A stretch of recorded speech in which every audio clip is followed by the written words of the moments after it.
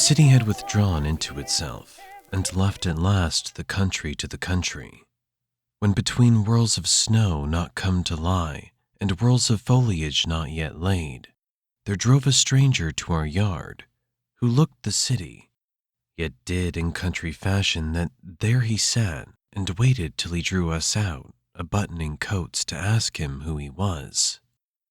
He proved to be the city come again, to look for something it had left behind, and could not do without and keep its Christmas.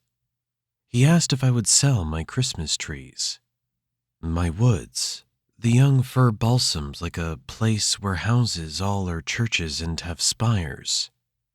I hadn't thought of them as Christmas trees.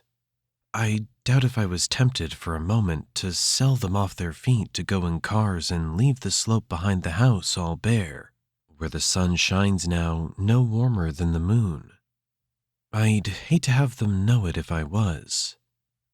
Yet more I'd hate to hold my trees except as others hold theirs or refuse for them beyond the time of profitable growth, the trial by market everything must come to.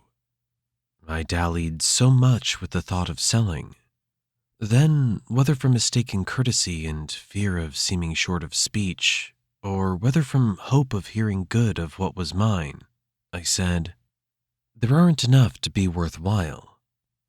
I could soon tell how many they would cut. You let me look them over. You could look, but don't expect I'm going to let you have them. Pasture they spring in, some in clumps too close, that lop each other of boughs, but not a few quite solitary and having equal boughs, all round and round." The latter he nodded yes to, or paused to say beneath some lovelier one, with a buyer's moderation, "That would do."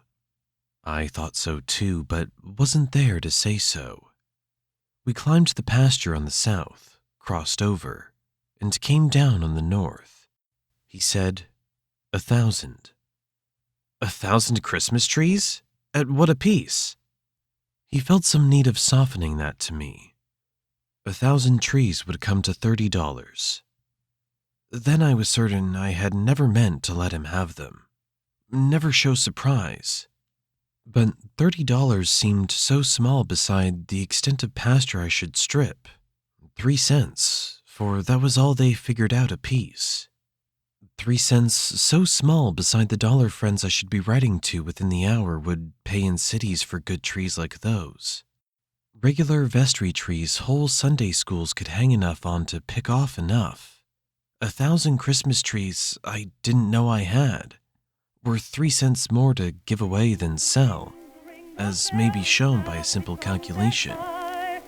Too bad I couldn't lay one in a letter. I can't help wishing I could send you one, and wishing you herewith a Merry Christmas.